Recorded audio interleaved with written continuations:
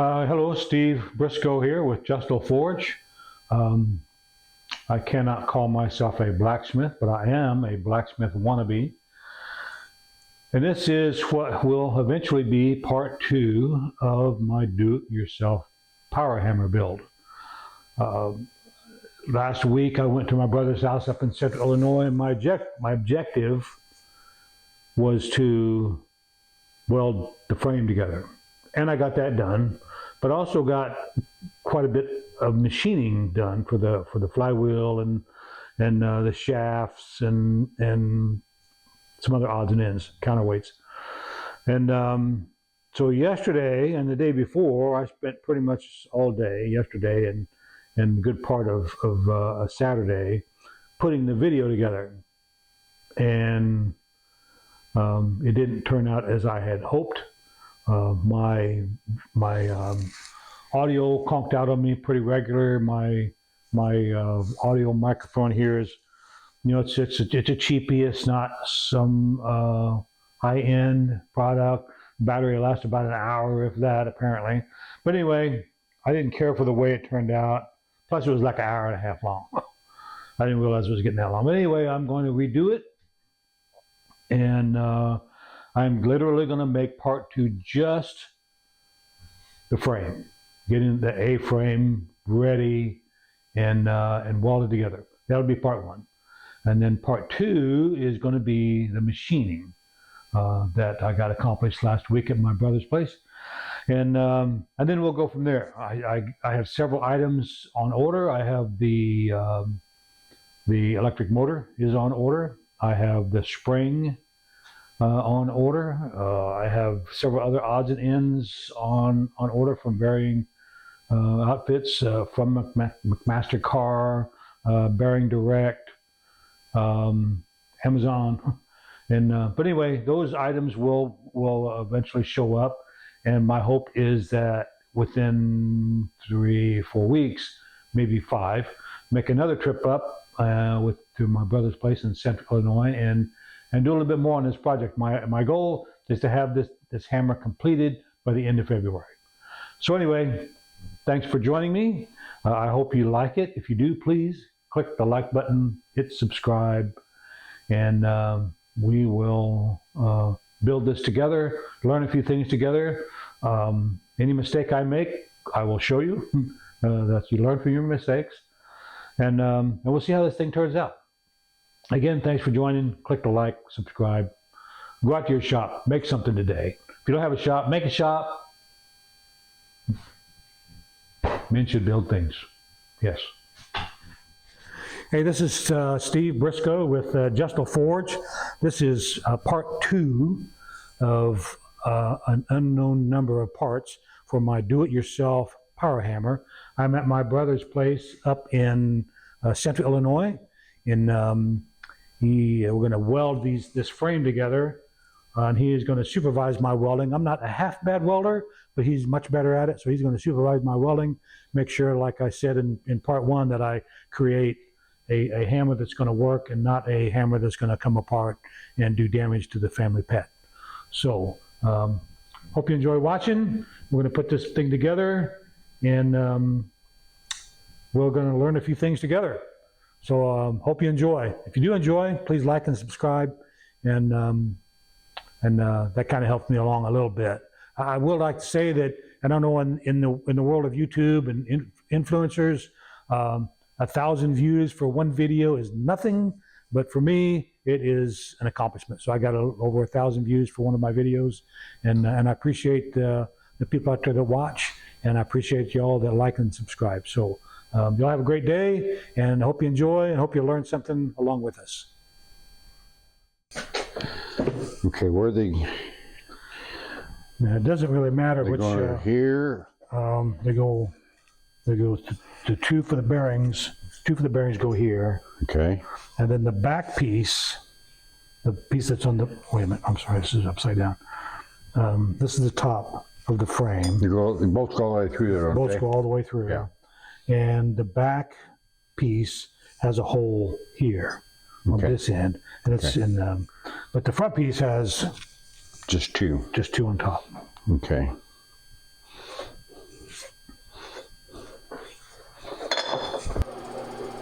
What were you supposed to cut them at? Do you remember? 3.113 from this end, and then same that. Okay, well, yeah, but we're not going to do it that way. We're Okay. gonna, like they show this distance here. Yeah, 5.75. Yeah. So Oh, I see. Go Okay, from the yeah. center. Okay. Divide that in half. Go over halfway. Go over halfway. Okay, track. So that is 11. So take.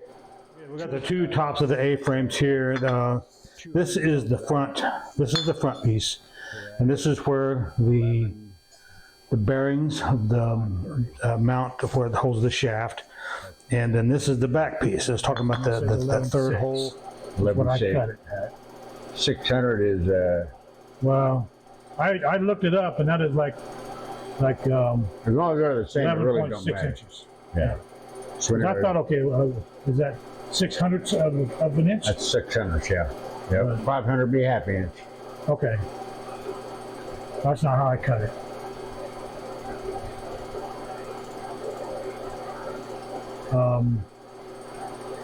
Let me finish this. Because okay. 11.540. So just under 11 and a half inches. 11.540. 11. But if we did- 11. If this is 600ths of an inch, 11,600. That would be another 60 thousandths bigger. That's 11.6. so this is This is 60 thousandths skinnier, 60 thousandths of an inch skinnier than what it's supposed to be. But it doesn't matter. They're both the same. Yeah, it's all going to be good. I might edit all that out, so nobody knows. Well, you're recording Oh now. yeah, sure. Terrific.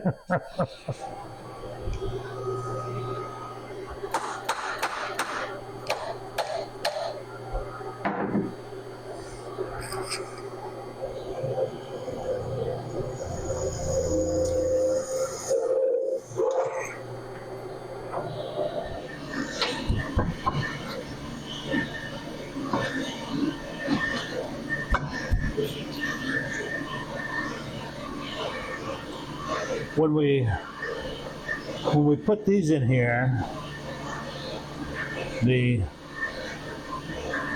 as far as these holes on the top two brackets, it doesn't matter how far apart they are, just so long as they're straight, because that's going to have the wheel on it. So can we make when we weld the top? See, this is the front. We'll weld the back piece together, and we go to weld these two A-frames up. Can we do a plate to bolt into these to make sure these holes? We'll do something to jig it up, make sure it holds. Okay. Within reason. Yeah. Okay. I've got 56 on the nose.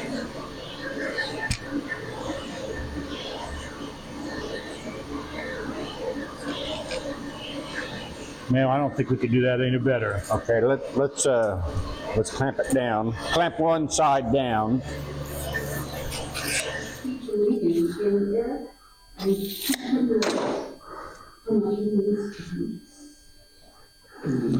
Okay, now let's see what we get here. We move this one to 41. What was that? 41 and a half.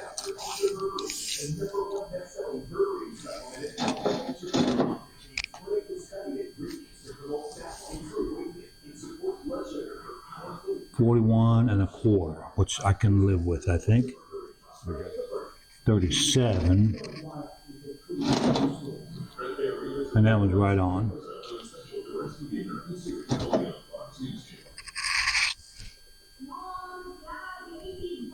And what is that one? That one's 20? To the bottom? Yeah. Yeah. She says 20 and a half, but I'm not sure. Okay, let's There's take nothing it. attached to that. Take it to the edge right there. independent office. Our project managers and staff handle everything for you.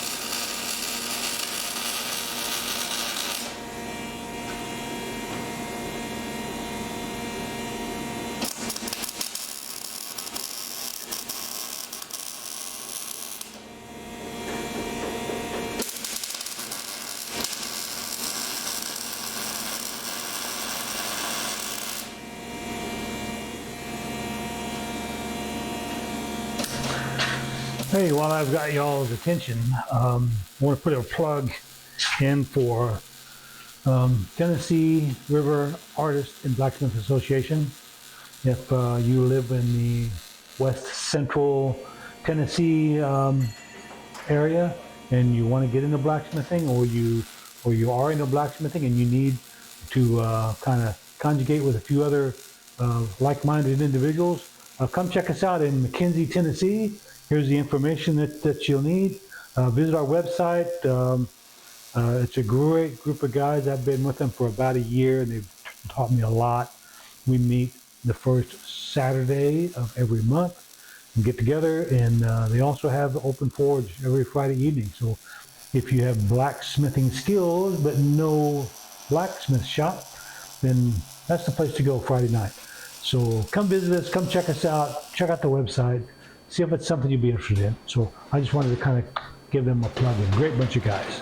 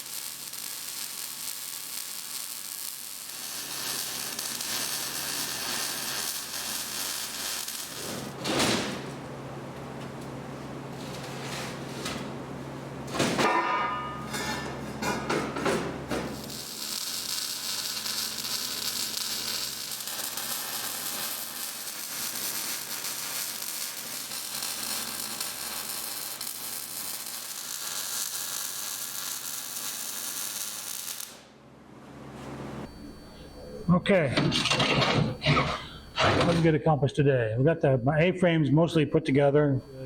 So I might take a grinder to it and do another pass at it just to make sure. And I got to put the tops on the frames yet, but I think I'm going to check these welds first before I weld the tops, which means before I weld the support pieces between the two A-frames. But I got some things accomplished today, and I'm happy with that. Let me get There's 4 of these that mount here to hold these two together. This is the front of the A-frame. This is the back. But like I say, before I weld these together, I need to get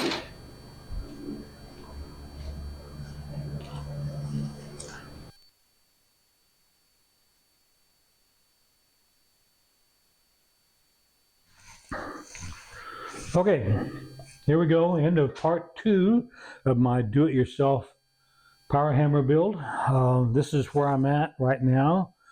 I should say that the plans call for 2-inch square tube, 1/8 inch thick weld, but I use 3/16, a little bit sturdier, a little bit heavier, welds a little bit better, obviously. But anyway, that's what I used. A little deviation from the plan, and I do that a few times, and as I'll point out, these are not as yet welded on. I want to wait until I get the pillow bearings. Then I'm going to run the shaft through the bearings, mount all that stuff, so to make sure that these are true with one another. And then I can weld all this stuff together and make sure that it is true, because it all starts here. Everything has to be square from this shaft. If there's a bind down here with the guide or the head, the anvil itself, then there's going to be a problem. So it all starts right here. So these are not welded on yet. Also, these cross beams, they are not welded on as yet. I want to take and set it on the bottom plate, which is back over here in the corner. I'll take a picture of that, and I'll put that picture like right about here, somewhere, maybe here or here. I don't know. It'll go in here somewhere. Picture of the plate. And again, I used a little bit heavier plate for a couple reasons. One, it was free, and two, it was available. So, but I want to put it on the plate and weld it all together so that I know that it's true. So again, thanks for watching. I appreciate it. Into part 2. Part 3 is going to be the machining. Most of the machining is done, but I'll go through the video and show you how we did a few things. And I got these machined, also for the springs. But anyway, that's part 3. We'll talk about that in part 3. Thanks for watching. I had a lot of fun here. Learned a lot. I hope you did too. And hope to have part 3 out here in 4 or 5 days. So thanks a lot. You know, have a great one, and go out to your shop and make something, even if it's useless. Make something.